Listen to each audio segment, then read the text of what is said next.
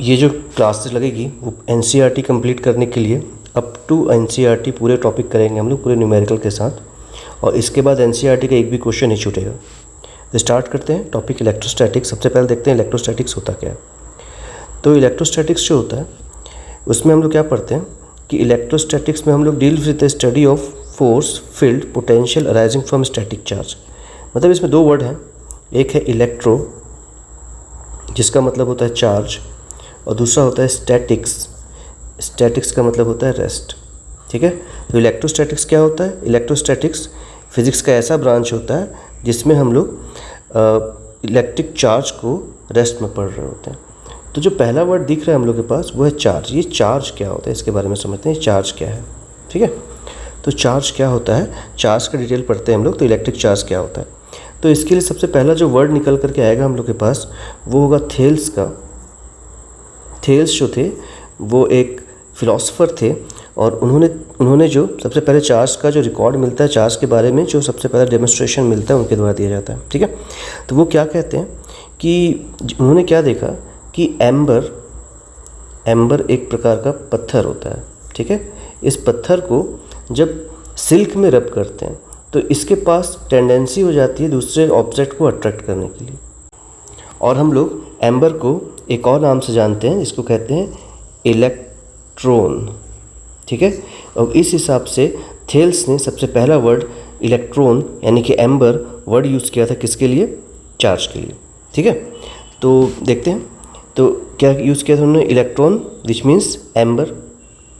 उन्होंने क्या देखा कि सिर्फ ऐसे सिल्क के साथ ही नहीं होता, ऐसे बहुत सारे मटेरियल्स होते हैं जिनको आपस में रख कर चार्ज को प्रोड्यूस किया जा सकता है। जैसे सिल्क हो गया, फर हो गया, पिथ बॉल हो गया, इन सब से चार्ज को प्रोड्यूस किया जा सकता है। ठीक है, अब इसके बाद जिन वैज्ञानिक का नाम आता है वो होते हैं बेंजामिन फ्रैंकलिन। तो बेंजामिन फ्रैंकलिन जो थे उन्होंने सबसे पहले चार्ज को कहा कि चार्ज कितने टाइप के होते हैं। बेंजामिन फ्रैंकलिन जो थे उन्होंने कहा कि चार्ज जो होते हैं वो दो टाइप के होते हैं। ठीक है, और उन्होंने वर्ड यूज़ किया पॉजिटिव और नेगेटिव। ठीक है, इसके बाद से हम लोग क्या कहने लगे, चार्ज को पॉजिटिव और नेगेटिव नाम से जानने लगे। ठीक, जैसे ग्लास रॉड को जब हम लोग सिल्क में रब करते हैं तो रॉड जो होता है उसमें एक टाइप का चार्ज आ जाता है और सिल्क में अलग टाइप का चार्ज आता है। ठीक है, इससे क्या पता चलता है कि चार्जेस कितने टाइप की होती हैं? दो टाइप की होती हैं, पेयर ऑफ चार्ज एग्जिस्ट करता है। और इसी के हिसाब से उन्होंने क्या वर्ड यूज़ किया था? पॉजिटिव और नेगेटिव। ठीक है, जैसे प्लास्टिक रॉड और सिल्क पे नेगेटिव चार्ज कहा गया और कैटफर पे और ग्लास रॉड पे पॉजिटिव चार्ज कहा गया। इस हिसाब से बेंजामिन फ्रैंकलिन ने कहा कि पॉजिटिव और नेगेटिव दो टाइप के चार्ज होते हैं, और उसके हिसाब से उनका डेमोन्स्ट्रेशन दिया जा सकता है। तो अभी तक के टॉपिक में क्या क्या पता चला? हम लोग को पता चला कि चार्ज, ठीक है, कोई ऐसी चीज़ होती है जिसकी वजह से हम लोग क्या देखते हैं, एक ऑब्जेक्ट दूसरे ऑब्जेक्ट को अट्रैक्ट रिपेल कर रहा होता है। अब ये कितने टाइप के होते हैं? टाइप जो की अगर बात करेंगे तो पॉजिटिव और नेगेटिव होता है। ठीक है, इसके बाद प्रॉपर्टी पता चली कि अगर लाइक चार्जेस हों, लाइक चार्जेस का मतलब क्या होता है कि अगर दो पॉजिटिव चार्जेस हों या दो नेगेटिव चार्जेस हों तो वो एक दूसरे को रिपेल करते हैं। और अनलाइक चार्जेस अगर हो जाएं, अनलाइक चार्ज का मतलब क्या होगा, एक पॉजिटिव हो और दूसरा नेगेटिव हो तो एक दूसरे क्या करने लगता है? अट्रैक्ट करने लगता है। ठीक है, इस हिसाब से चार्जेस कितने टाइप के हो गए, प्रॉपर्टी क्या क्या पता चली चार्ज की, क्योंकि चार्ज दो टाइप के होते हैं, पॉजिटिव और नेगेटिव। और अगली प्रॉपर्टी क्या बोलती है कि अगर लाइक चार्जेस होंगे तो एक दूसरे को रिपेल करेंगे, और अनलाइक चार्जेस होंगे तो दूसरे क्या करेंगे? अट्रैक्ट करेंगे। रिपेल का मतलब होता है अपने से दूर भेजना, और अट्रैक्ट का मतलब होता है अपने ऊपर आकर्षित करना। तो हम लोग के पास दो प्रॉपर्टी और चार्ज की पता चल गई। ठीक है, अब चार्ज का अगर नेचर देखना हो तो एक सिंपल सा डिवाइस बनाया जाता है जिसको हम लोग कहते हैं गोल्ड लीफ इलेक्ट्रोस्कोप। इलेक्ट्रोस्कोप क्या होता है? इलेक्ट्रोस्कोप एक ऐसा डिवाइस होगा जो कि नेचर ऑफ चार्ज को चेक करने के लिए यूज़ करते हैं। अब इसमें एकदम सिंपल सा अरेंजमेंट होता है। एक ऐसा ग्लास का बर्तन होगा, इस बर्तन के अंदर एक मेटल की रॉड होगी और इसमें नीचे पे एक पतला सा गोल्ड का फॉयल लगा रहता है। ऐसा बेसिक इलेक्ट्रोस्कोप हो गया। ठीक है, अब जो फॉयल लगी होती है ये गोल्ड की होती है, इसलिए इसको गोल्ड फॉयल इलेक्ट्रोस्कोप कहते हैं। तो a simple apparatus to detect the charge on a body is known as electroscope. जो चार्ज के नेचर को चेक करने के लिए यूज़ करते हैं उसको इलेक्ट्रोस्कोप कहते हैं। अगर अनलाइक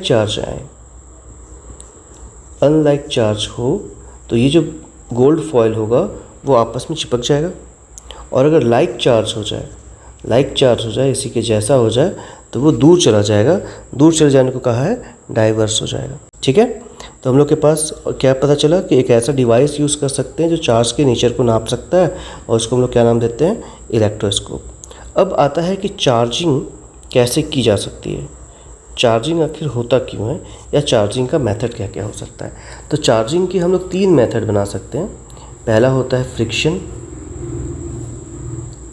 दूसरा होता है कंडक्शन, और तीसरा होता है इंडक्शन।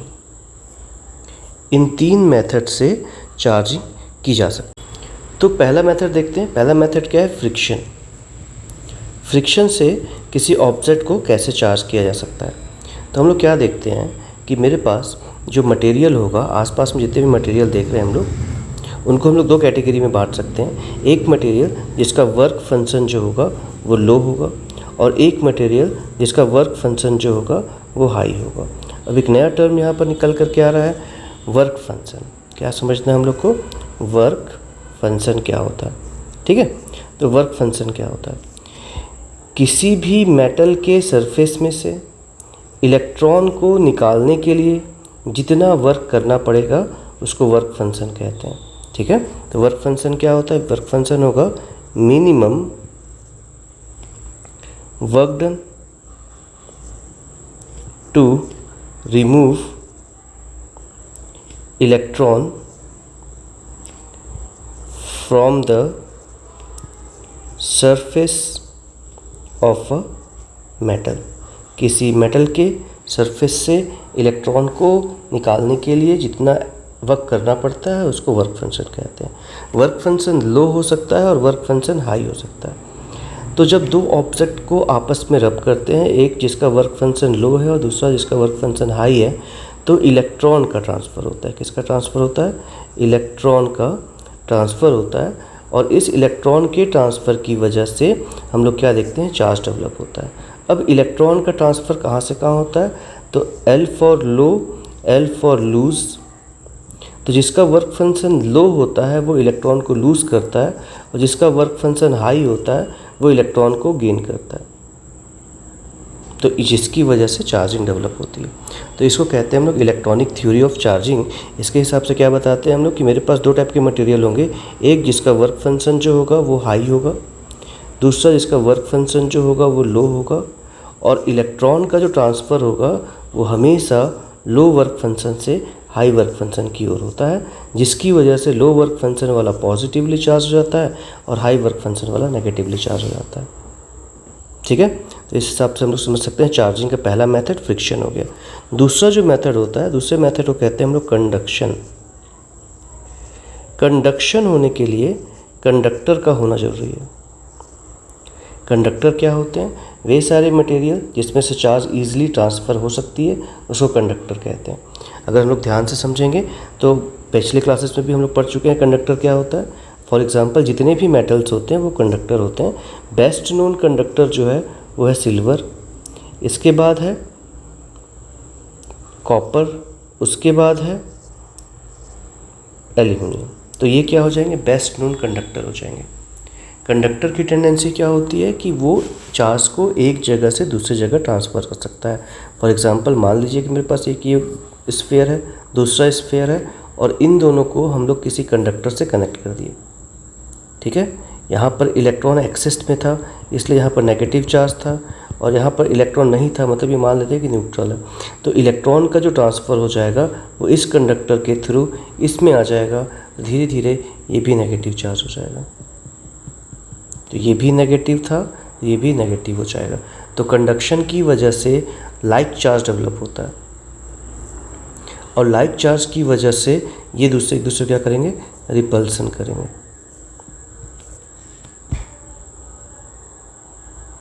ठीक है, अगला देखते हैं इंडक्शन।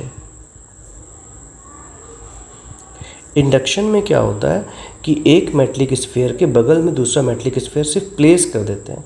और ऐसा करने से दूसरे वाले स्फीयर पे चार्ज डेवलप हो जाता है, मतलब इन दोनों के बीच में कोई कांटेक्ट नहीं होना चाहिए। फॉर एग्जांपल मान लेता हूँ कि ये पॉजिटिवली चार्ज है। अगर ये पॉजिटिवली चार्ज है और ये न्यूट्रल है, न्यूट्रल मतलब नो नेट चार्ज होगा, उस केस में क्या होगा कि इसके जितने भी इलेक्ट्रॉन्स होंगे वो इधर अट्रैक्ट हो जाएंगे और जितने भी पॉजिटिव चार्ज आयंस होंगे वो लेफ्ट में चले जाएंगे। अगर कोई जुगाड़ से इस चार्ज को बाहर निकाल सकें तो इसमें कौन सा चार्ज बच जाएगा? नेगेटिव चार्ज बच जाएगा, जिसकी वजह से ये अनलाइक चार्ज डेवलप करता है और क्या होता है, इन दोनों के बीच में अट्रैक्शन होने लगता है। ठीक है, तो चार्जिंग के कौन कौन से मेथड पढ़े? चार्जिंग के कौन कौन से मेथड पढ़े? तो चार्जिंग के 3 मेथड होते हैं। पहला होता है फ्रिक्शन। फ्रिक्शन में क्या होता था, उतना ही पॉजिटिव चार्ज उतना ही नेगेटिव चार्ज डेवलप होता था। पॉजिटिव चार्ज की अगर बात करेंगे तो लो वर्क फंक्शन वाले का पॉजिटिव चार्ज आता था और हाई वर्क फंक्शन वाले पे, ठीक है, नेगेटिव चार्ज आता था। फिर जो दूसरी मेथड पढ़ते हैं हम लोग वो होता है कंडक्शन। कंडक्शन में अगर एक पॉजिटिवली कंडक्टर को दूसरे से साथ जोड़ दें तो ये भी थोड़ी देर बाद क्या हो जाएगा, पॉजिटिव ही हो जाएगा, मतलब इसमें हमेशा लाइक चार्ज डेवलप होगा और लाइक चार्ज में डेवलप होगा मतलब ये क्या करेंगे, दूसरे को रिपेल करेंगे। सिमिलरली अगर मान लो इंडक्शन की अगर बात करता हूँ तो इंडक्शन में क्या होता है, एक बॉल के बगल में दूसरे बॉल को सिंपली रख दिया जाता है और एक को अर्थन कर देते हैं, जिसकी वजह से अगर ये पॉजिटिव है तो ये नेगेटिव डेवलप होगा, मतलब क्या डेवलप होगा, हमेशा अनलाइक चार्जेस डेवलप होंगे और इस अनलाइक चार्ज की वजह से क्या होगा, दोनों एक दूसरे को अट्रैक्ट करने लगेंगे। ठीक है, अभी तक का कंक्लूज़न क्या निकलता है? अभी तक कंक्लूज़न निकला कि चार्ज जो होता है वो 2 टाइप के होते हैं, प्लस और माइनस। अगर 2 चार्ज प्लस प्लस होंगे या माइनस माइनस होंगे तो एक दूसरे को रिपेल कर देंगे। अगर एक प्लस हो दूसरा माइनस हो तो एक दूसरे को अट्रैक्ट कर देंगे। ठीक है, अभी हम लोग क्या देखें कि प्लस जो होगा वो प्लस को क्या करता है, रिपेल करता है। प्लस जो होगा वो माइनस को और न्यूट्रल को अट्रैक्ट करता है। तो हम लोग अगर मान लो मैं पूछता हूँ कि ऑब्जेक्ट ए जो है ऑब्जेक्ट बी को अट्रैक्ट कर रहा है और ए पे पॉजिटिव चार्ज है तो बी पे क्या चार्ज होगा, तो बी जो होगा वो हो सकता है नेगेटिव और न्यूट्रल, दोनों में से कुछ भी हो सकता है। ठीक है, लेकिन अगर ए जो है वो पॉजिटिवली चार्ज है और बी को रिपेल कर रहा है तो पूछा बी क्या होगा, तो बी में एक ही चार्ज पॉसिबल है, पॉजिटिव। इससे क्या पता चलता है कि अट्रैक्शन से हम लोग नहीं बता सकते कि नेचर ऑफ चार्ज कौन सा होगा, पर रिपल्सन से हम लोग बता सकते हैं कि नेचर ऑफ चार्ज सेम है। तो हम लोग के पास क्या कंक्लूजन निकलता है कि repulsion can be considered as a criteria. ठीक है, इसको क्या मान सकते हैं हम लोग, क्राइटेरिया मान सकते हैं to determine nature of charge. Nature of charge को अगर डिटरमाइन करना है तो किसको क्राइटेरिया मानेंगे, रिपल्सन को, ना कि अट्रैक्शन को। अगला है बेसिक प्रॉपर्टीज ऑफ चार्जेस।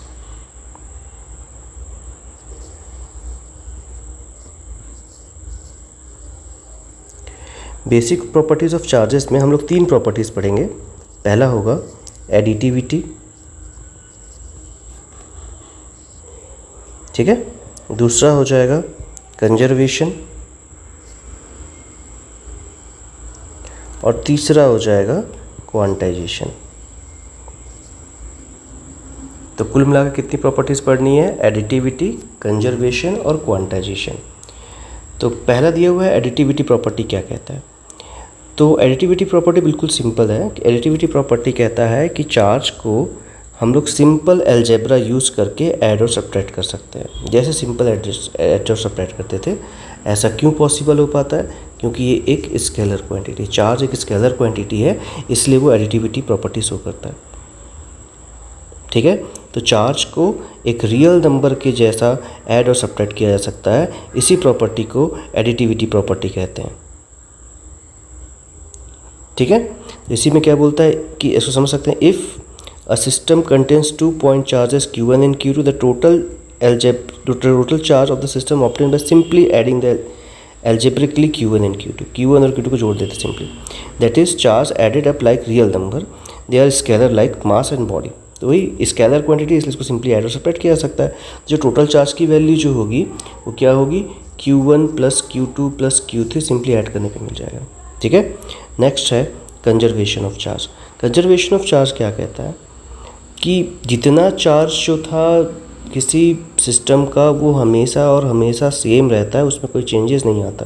तो जितना चार्ज पहले था उतना ही चार्ज बाद में होगा। किसी भी फिजिकल प्रोसेस के दौरान जितना चार्ज पहले था उतना ही चार्ज बाद में रहता है। ठीक है, तो इसमें क्या कह सकते हैं हम लोग, the total charge of isolated system is always conserve. किसी भी आइसोलेटेड सिस्टम का टोटल चार्ज हमेशा क्या रहता है, कंजर्व रहता है। ठीक है, अगला है quantization of charge. Quantization of charge important है, इसके न्यूमेरिकल भी करने पड़ेंगे। तो टॉपिक है क्वांटाइजेशन ऑफ चार्ज, शन ऑफ चार्ज। ठीक है, तो क्वांटाइजेशन ऑफ चार्ज का स्टेटमेंट बिल्कुल सिंपल सा है। क्वांटाइजेशन ऑफ चार्ज कहता है कि टोटल चार्ज Q जो होगा वो N इंटू E होगा। ठीक है, जहाँ पर N जो है वो कोई इंटीजर है और E जो है वो है इलेक्ट्रॉनिक चार्ज, जिसकी जो वैल्यू होती है ऐसा सिस्टम में 1.6 इंटू 10⁻⁻19 कूलम होती है। इसी स्टेटमेंट को क्वांटाइजेशन ऑफ चार्ज कहते हैं। ठीक है, इंटीजर का मतलब क्या होता है कि जो n की वैल्यू हो सकती है कोई भी पॉजिटिव नंबर या कोई भी नेगेटिव नंबर हो सकता है, लेकिन डेसिमल में नहीं हो सकता, मतलब पॉइंट में नहीं हो सकता। तो क्वांटाइजेशन ऑफ चार्ज का डेफिनेशन क्या होता होगा,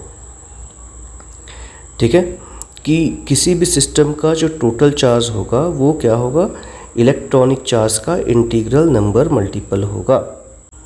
तो क्वांटाइजेशन ऑफ चार्ज क्या कहता है कि electric charge is always integral multiple of E in terms of quantization of charge. तो जो टोटल चार्ज होगा वो Q is equals to NE के बराबर होगा। ठीक है, अब यहाँ पर बार बार चार्ज यूज़ कर रहे हैं वर्ड, इस चार्ज की SI यूनिट क्या होगी, तो चार्ज का SI यूनिट क्या होता है, तो चार्ज का SI यूनिट जो होता है वो होता है कूलम। रिप्रेजेंट करेंगे कैपिटल C से। तो चार्ज के बारे में पूरी प्रॉपर्टी हम लोग के पास क्लियर हो गई कि चार्ज के बारे में क्या क्या पता चला। तो हम लोग क्या देखते हैं, चार्ज के बारे में क्या क्या पता चला। तो चार्ज कितने टाइप के होते हैं, तो चार्ज के टाइप की अगर बात करेंगे तो चार्ज कितने टाइप का होता है, दो टाइप का, माइनस और प्लस। फिर चार्ज जो होता है हम लोग क्या देखते हैं, चार्ज की कुछ प्रॉपर्टीज़ होती हैं। कैसी कैसी प्रॉपर्टीज़ होंगी कि अगर लाइक चार्ज होंगे तो एक दूसरे को रिपेल करेंगे, रिपेल मतलब एक दूसरे को प्रतिकर्षित करेंगे, एक दूसरे को दूर चले जाएंगे। अनलाइक चार्ज होंगे तो एक दूसरे को अट्रैक्ट करेंगे। फिर चार्ज जो होता है वो एडिटिविटी शो करता है। एडिटिविटी का मतलब क्या होता है कि चार्ज को सिंपल जोड़ा जा सकता है। और एडिटिविटी क्यों शो करता है, क्योंकि चार्ज कैसी क्वांटिटी है, एक स्केलर क्वांटिटी है। फिर हम लोग चार्ज का पढ़े कि चार्ज जो होता है वो कंजर्वेशन को शो करता है। कंजर्वेशन का मतलब क्या होता है कि किसी भी प्रोसेस के दौरान अगर कोई आइसोलेटेड सिस्टम है तो टोटल चार्ज क्या होगा, हमेशा सेम रहेगा। इसके बाद हम लोगों ने देखा कि जो चार्ज होता है वो क्वांटासाइज्ड होता है। क्वांटाइजेशन होता है चार्ज का। क्वांटाइजेशन ऑफ चार्ज का मतलब क्या होता है कि चार्ज जो होगा वो स्मॉल पैकेट्स ऑफ चार्ज के फॉर्म पे एग्जिस्ट करता है और हर पैकेट का जो चार्ज होगा, टोटल चार्ज Q जो होगा वो N इंटू E होगा। और जो N है वो कोई भी इंटीजर हो सकता है, मतलब प्लस और माइनस का कोई नंबर। और E जो है वो इलेक्ट्रॉनिक चार्ज है 1.6 इंटू 10⁻⁻19 कूलम। ठीक है, अब एक वर्ड यूज़ हो रहा है यहाँ पर, हम लोग क्या देखें, चार्ज जो होगा उसका SI यूनिट क्या होगा। तो चार्ज का SI यूनिट जो होता है वो होता है कूलम। रिप्रेजेंट कैसे करेंगे इसको, कैपिटल C से। ठीक है, तो हम लोगों के पास चार्ज के बारे में पूरा टॉपिक हो गया। अब हम लोग कुछ क्वेश्चंस बनाते हैं एनसीईआरटी के। पहले तो कुछ बेसिक क्वेश्चंस बना देते हैं। जैसे पहला क्वेश्चन दिया कि find number of electrons in 1 coulomb charge. पहला बेसिक क्वेश्चन बना लेते हैं कि 1 कूलम चार्ज में कितने इलेक्ट्रॉन्स हो सकते हैं। ठीक है, तो कितने फॉर्मूला पढ़े अभी तक? एक ही फॉर्मूला पढ़े। फॉर्मूला है Q is equal to NE। Q की वैल्यू दी हुई है 1 कूलम, N की वैल्यू पूछा है और E की वैल्यू है 1.6 इंटू 10⁻⁻19। ठीक है, बस पुट कर देते हैं। तो 1 is equals to N into 1.6 into 10⁻⁻19। तो N क्या निकल जाएगा? N निकल जाएगा हम लोगों के पास 1/1.6 इंटू 10⁻⁻19। जब इसको सिंप्लीफाई करेंगे तो 10⁻⁻19 ऊपर जाएगा तो प्लस 19 हो जाएगा और डिवाइडेड बाई 1.6। 1.6 को डिवाइड करना है, मतलब 10 को डिवाइड करना है 1.6 से, तो हो जाएगा 10/1.6 इंटू 10⁻18। एक 10 निकाल दिए। जब 10 को डिवाइड करेंगे तो आएगा 6.25 इंटू 10⁻18। इसको डिवाइड करने पे 6.25 आ जाएगा। तो 1 कूलम चार्ज के लिए कितने इलेक्ट्रॉन चाहिए होते हैं? 6.25 इंटू 10⁻18 इलेक्ट्रॉन्स चाहिए होते हैं। याद करना है इसको सिंपली। ठीक है, क्वेश्चन पूछा कि 1 कूलम चार्ज में कितने इलेक्ट्रॉन होंगे, तो 20 याद करने का तरीका 25 का स्क्वायर कितना होता है? 625, तो 6.25, और जो नंबर होगा इसमें चार्ज में नंबर था 19, तो इसमें होता है 18, और ये नेगेटिव होता है, ये पॉजिटिव होता है। कैसे भी करके याद करो, याद होना चाहिए। पहला क्वेश्चन हो गया। नेक्स्ट क्वेश्चन देखते हैं, क्वेश्चन नंबर 2। क्वेश्चन बोले कि find charge due to 1 mole of electron. 1 mole electron का चार्ज कितना होता है? क्वेश्चन बिल्कुल सिंपल सा है कि 1 मोल इलेक्ट्रॉन का चार्ज कितना होता है। तो 1 मोल का मतलब हो जाएगा 6.02 इंटू 10⁻23। अब फॉर्मूला पढ़ें क्वांटाइजेशन में, Q is equals to N into E। Q निकालना है, N की वैल्यू दी हुई है 6.02 इंटू 10⁻23, और E जो है वो इलेक्ट्रॉनिक चार्ज है, इसकी वैल्यू होती है 1.6 इंटू 10⁻⁻19। सिंप्लीफाई जब करेंगे हम लोग इसको तो ये हो जाएगा 6.02 इंटू 1.6 इंटू 10⁻23 माइनस 119। जब पूरे को सॉल्व करते हैं तो आता है 96400। ठीक है, ये क्या है? Charge due to 1 coulomb of charge, due to 1 mole of charge. ठीक है, और इसी को हम लोग 1 फैराडे भी कहते हैं, केमिस्ट्री में यूज़ होगा ये। जो केमिस्ट्री में 1 मोल ऑफ चार्ज के बार बार बात कर रहे होंगे और उसमें हम लोग क्या वर्ड यूज़ करेंगे? 1 फैराडे। और 1 फैराडे जो होता है वो कितना होता है? 96400। इतना कूलम चार्जेस होते हैं। इसके अलावा चार्ज का एक और छोटा यूनिट यूज़ होगा कभी कभार, वो होगा माइक्रो कूलम। माइक्रो मतलब होता है 10⁻⁻6। एक फैराडे यूज़ होगा, उसके बाद माइक्रो कूलम भी यूज़ हो सकता है, 10⁻⁻6 कूलम। ठीक है, अब क्वेश्चन देखते हैं एनसीईआरटी सॉल्व एग्जाम्पल। एनसीईआरटी का पहला एग्जाम्पल दिया हुआ है कि 10⁻⁻9 इलेक्ट्रॉन्स जो हैं किसी बॉडी से हर सेकंड में ट्रांसफ़र हो रहे हैं। तो 1 कूलम चार्ज जमा करने में कितना टाइम लगेगा? ठीक है, 10⁻9 इलेक्ट्रॉन्स जो हैं बॉडी से ट्रांसफ़र हो रहे हैं हर सेकंड में, तो 1 कूलम चार्ज ट्रांसफ़र करने में कितना टाइम लगेगा? तो 1 कूलम चार्ज का मतलब क्या होता है? कितने इलेक्ट्रॉन का ट्रांसफ़र करना पड़ेगा? 6.25 इंटू 10⁻18 इतने इलेक्ट्रॉन का ट्रांसफ़र करना पड़ेगा। अब 1 सेकेंड में कितने इलेक्ट्रॉन का ट्रांसफ़र हो रहा है? क्वेश्चन में बोला है, तो 1 सेकेंड में 10⁻9 इलेक्ट्रॉन का ट्रांसफ़र हो रहा है। ठीक है, तो इतने इलेक्ट्रॉन का ट्रांसफ़र करने के लिए कितने सेकेंड्स लगेंगे ये निकालना है। ठीक है, तो कितना हो जाएगा 6.25 इंटू 10⁻18 डिवाइडेड बाई 10⁻9। तो ये इतने सेकेंड्स लग जाएंगे। तो कितना हो जाएगा 6.25 इंटू 10⁻9, इतने सेकेंड्स लग जाएंगे। इतने सेकेंड में चाहिए हम लोग। अब इस सेकेंड को ईयर में चेंज करके देखते हैं कितना है, छोटा क्वांटिटी या बड़ा क्वांटिटी, इसको देख लेते हैं। 6.25 इंटू 10⁻9 था। इसको अगर मैं डिवाइड करता हूँ 365 डेज से, 24 घंटे से, और ठीक है 24 घंटे से, और 36000 से मल्टीप्लाई डिवाइड करने पे हम लोग के पास वैल्यू निकल जाएगी इसकी, और ये आ जाएगा 198 ईयर्स। यहाँ पर कैलकुलेशन किया हुआ, ये कैलकुलेशन किया हुआ इसका मतलब इस स्पीड से, अगर मान लीजिए इस स्पीड से मैं किसी चीज़ को चार्ज करने की कोशिश करता हूँ तो 198 साल लग जाता है। मतलब 1 कूलम चार्ज को जमा करने के लिए 198 साल लगेगा। तो क्या चीज़ें प्रैक्टिकल है? तो जवाब है नहीं है। ऐसी चीज़ों को मतलब इतना 1 कूलम चार्ज को जमा कर पाना प्रैक्टिकल नहीं है। क्वेश्चन नंबर 1.2 देखते हैं। बोलता है how much positive charge and negative charge is there in 1 cup of water. 1 cup of water में कितना पॉजिटिव और कितना नेगेटिव चार्ज होगा, ये पूछा है क्वेश्चन में। ठीक है, तो हम लोग को पहले समझना पड़ेगा 1 कप ऑफ वाटर का मतलब क्या होता है। तो जो मास, जो वॉल्यूम दिया हुआ है वो हमेशा ग्राम में या मास दिया होना चाहिए, पर यहाँ पर वॉल्यूम दिया हुआ है। तो 1 कप का मतलब होता है 250 ग्राम्स।